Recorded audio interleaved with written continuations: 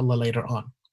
The other topic that I have for you and today, this is really some high-level thoughts that I wanted to share with you from my specialization as an economist, as an Islamic economist as well, and this to provide some high-level perspective on the COVID-19 pandemic, and the very from the outset is so critical, so important to anchor ourselves in the Quranic view of everything that happens to us. As Allah subhanahu wa ta'ala tells us in Quran al-Kareem in Surah Al-Baqarah, وَلَنَبْلُوَنَّكُمْ بِشَيْءٍ مِّنَ الْخَوْفِ وَالْجُوعِ وَنَقْصٍ مِّنَ الْأَمْوَالِ وَالْأَنفُسِ وَالثَّمَرَاتِ وَبَشِّرِ الصَّابِرِينَ الَّذِينَ إِذَا أَصَابَتْهُم مُّصِيبَةٌ قَالُوا إِنَّا لِلَّهِ وَإِنَّا إِلَيْهِ رَاجِعُونَ. So we certainly test you with a touch of fear and famine and loss of property, life, and crops. Give good news to those who are patient and endure, who, when faced with a disaster, they say, Inna lillah wa inna ilayhi raji'un. Subhanallah, this verse almost exactly describes the situation that we live through these days. And Allah subhanahu wa ta'ala reminds us at the end of the day, whether we live a day from now or a minute or 100 years from now, we're ultimately going to return to Allah subhanahu wa ta'ala. So whatever we are given in this life, whatever resources we are given in this life, we need to do well and to do good with these resources. If I have a moment to live, I need to really think hard about how am I giving my life. So the issue is not to worry about death. I can take every precaution and then I die from a sip of water, and I can, some other people live with many different life-ending diseases, but they can live with that disease for years and years and years. So at the end of the day, Allah subhanahu wa ta'ala is in charge. Allah subhanahu wa ta'ala is in control of everything that we live through. And this is very, very important that it helps a Muslim, a believer, to be anchored, to not be in a state of hala and just like uncontrolled fear and loss. When it comes to this issue about how the global focus on defeating COVID-19, there is a loss of focus, a loss of most of the time, loss of thinking about how we are going to win the peace after this war against COVID-19. Because sometimes a battle or a war can be so destructive for everything and everybody, for the environment, for humanity, for animals, and then so the peace that comes after it is so meaningless. So we look at how our effort to try to defeat COVID-19, we see, at least from an economic perspective, that we are still obsessed with the symptoms. So that we have very huge debt. Like even like this cover of the Economist magazine, the number one they are obsessed about. I mean, yes, they're trying to see how healthy growth can come back. But then the focus area is debt. The world is going to face a debt crisis, and that is going to be very bad for growth. But this is overall a miss focus. This is a sad focus on debt versus what will be the status and well-being of humanity and all of Allah's creations on earth. We're still using the wrong goals, the wrong maqsad here, which is growth. All that we are obsessed with is growth. Growth is not the objective. Growth is a tool to achieve something else. Now, what is this something else is really the critical thing where Maqasid-based thinking is important. And we are still using same old solutions, flooding financial market with cash. I mean, especially in America where we control the dollar. We just issued trillions of dollars out of nowhere to simply try to address an economic problem. But previously, we could not issue few $100 billion to solve an environmental problems. But suddenly, just to bail out big companies, we have trillions of dollars to spare. And we are still healing from the Great Recession of 2008. So, and that is really what it tells us, we have a mental disease and we have a body disease. And every time we try to help the body get over its immediate problem, but we never address the mental problem, which is how we are thinking about our life, how we are conducting our life. We keep trying to cure a cold with a stronger and stronger dose of antibiotic, for example.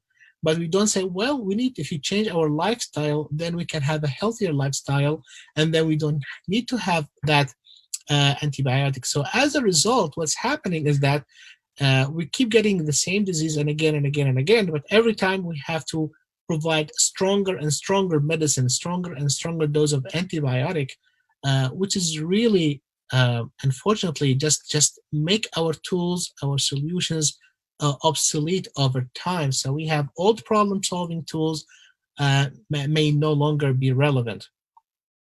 So we need to win the peace. We need a Maqasidi-based thinking to win the peace. So we are managing the journey, the crisis, but where are we going to end up at the destination? So there's a strong need for purposeful and holistic solution versus reacting to the crisis. Like, how are we preserving human dignity at the end? And what are the solutions we are using now that will make this preservation of human dignity possible in the long run? And if we are all in this together, including all who live on earth, it is no longer just the welfare of humanity. We really, really are guardians of everything. So when we think about solutions for the environment and solutions for COVID-19, we actually obliged as believers, as Muslims, to also think about how the solution going to affect animals, going to affect the environment and every aspect of our life. So the solution needs to be that more holistic, because we are actually going to be asked about these all of these creations. Right now, we are talking about millions and millions and millions of animals, of chicken, of cows that will be simply euthanized, will be killed and dumped because the people don't know what to do with them. So that is a massive sin that humanity is committing. And as believers, we think that is very, very important for us to address. Yes, there is global cooperation at the level of healthcare and pharmaceuticals, and that is good, and we can further support this effort. But there is also this massive indebtedness at all levels that will result from this, and that will make the world more unbalanced, more unjust. There are people who control more wealth, and those who are really barely have anything, any resources or income to speak of. So what are our moral values, and what do we want? What do we stand for? How can we live with ourselves?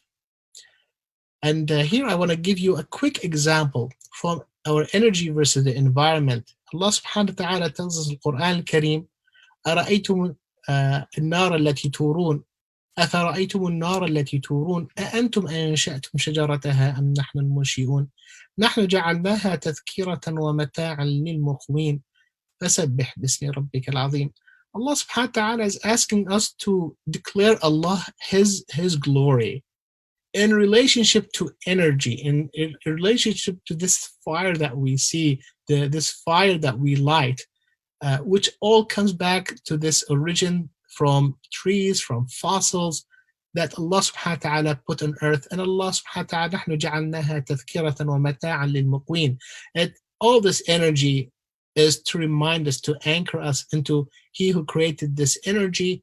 And this energy is mata'an lil muqwin, is this sustaining. This is something that is going to help us on a journey to Allah subhanahu wa ta'ala, not a journey to produce as much as possible, to ultimately declare Allah subhanahu wa ta'ala's glory in all possible ways and means.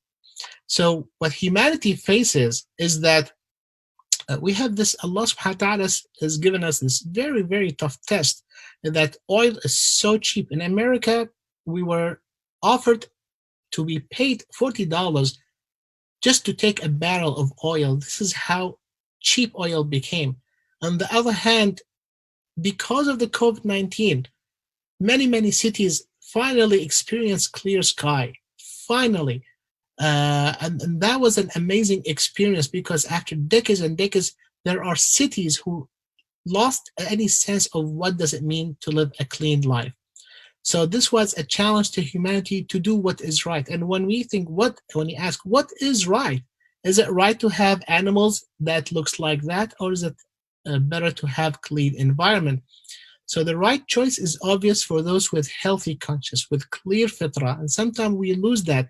But Allah subhanahu wa ta'ala gives us this corona crisis to see how things could be different if we make better choices and we make these tougher choices, because it's not a matter of consuming more, but it is a matter of enjoying what we are consuming and living holistic life and living in peace with all of Allah's creation. It just requires us to have a commitment.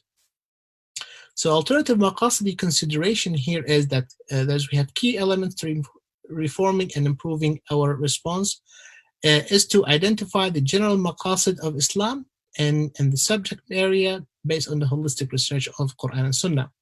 Ask the proper questions at the macro and micro level.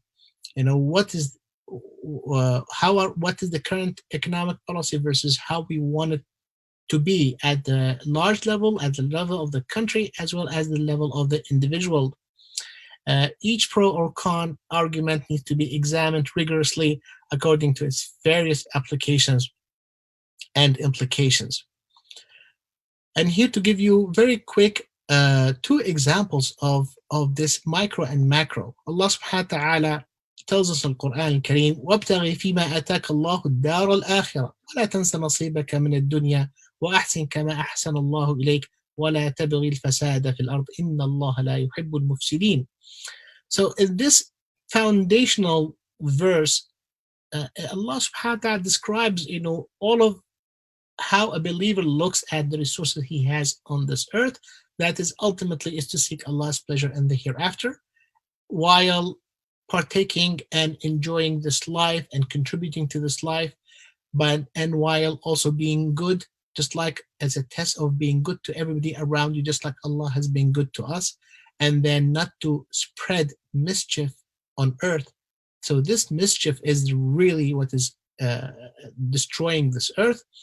Inna Allah la yuhibbul mufsidin, that we indeed for Allah subhanahu wa ta'ala love not those who spread mischief, whether it's environmental damage, whether it is poverty, whether it is sweatshops, whether it is consumption of haram products, so on and so forth. At the macro level, Allah subhanahu wa ta'ala tells us, أوفوا الكيل ولا تكونوا من المخسرين وزنوا بالقسطاس المستقيم ولا تبخسوا الناس أشياءهم ولا تعثوا في الأرض مفسدين. Give full measure and cause no loss to others. Weigh with even balance and do not defraud people of their property, and do not spread corruption in the land. So as a general principle, that be just to everybody. If you are employing a person, then do not cut them loose. Do not over bargain, because that person might not be in a good position to bargain back and to insist on the full measure of his right. But as an employer, I might be able to push down the price or push down wages. But then you are not being just. You know yourself that you are paying that person very low. So this is not the right way. وَزِنُوا بِالْقِسْطَاسِ الْمُسْتَقِيمِ. Of course, always be just in all dealings. وَلَا تَبْخَسُوا النَّاسَ أَشْيَاءً. And this is, again, do not belittle what people have. Do not demean what people have. Whether it's a talent, whether it's a work skill, whether it is a product, do not put it down. وَلَا تَعْثَوْا فِي الْأَرْضِ مُفْسِدِينَ. This is a general rule for everybody. So what about حفظ المال? Recently I was attended a lecture or an event about Maqasid solutions for the current problem. And the major issue that is happening, sometimes, again, the whole sphere, the whole discussion is about, well, we're trying to preserve wealth and we're trying to grow wealth. while also trying to do good for the rest of humanity. How can I forgive debt while I do this and that? And these are, it seems that they are contradictory. The preservation of and promotion and growing wealth at all costs versus, being good and implementing these Islamic principles of forbearance of debts and so on and so forth. Yes, there is a contradiction because at the beginning, this objective of promotion of wealth is not something that is really in the Quran al-Kareem or the Sunnah. There is protection of wealth, which is because this is a necessity. If I don't feel safe with my wealth, then the social order can break down. So protection is one thing, but the promotion of wealth, seeking growth for its own sake, this is not actually an objective. So the way to introduce Maqasid as a source of solution for current problems is not to think of wealth growth as an objective by itself, rather as a mean to this objective, which is ultimately to help humanity live a conducive, a dignified life. So, and then again, in the response formulations, there is obsession with halal and haram, rather, and ignoring the concept of makarim al-akhlaq. What does Allah subhanahu wa ta'ala really want us to do? If the Prophet sallallahu alaihi wasallam is with us right now, how we would like ourselves to behave in the proper and the most beautiful ways to reflect his sunnah and the Prophet's beautiful example, and how that reflects in public policy and so on and so forth. So it is not simply a dualism between black and white, halal and haram.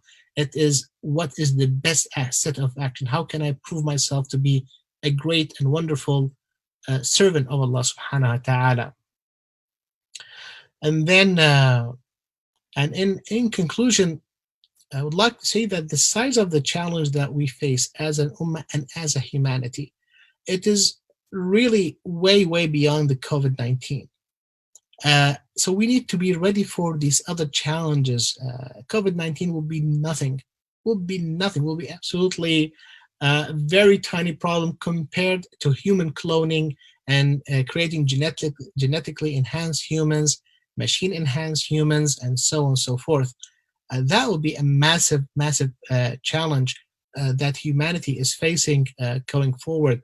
And I pray that through Maqasid research networks, we'll develop that new crop of researchers who, again, provide Islam's leading voice, moral voice, intellectual voice, and intellectual leadership on these issues. In one statement, it says that in 100 years from now, all babies will be genetically designed babies.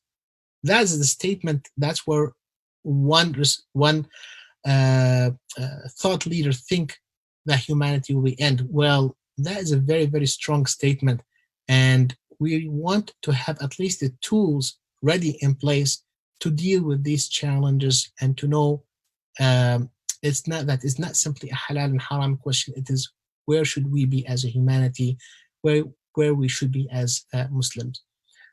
This is please excuse my quick presentation here, and maybe this is many of these thoughts on maqasid and of economic maqasid is really in early stages, but I wanted to share this with you, and inshallah I can benefit from your questions if you have any or your corrections. Jazakumullah khair.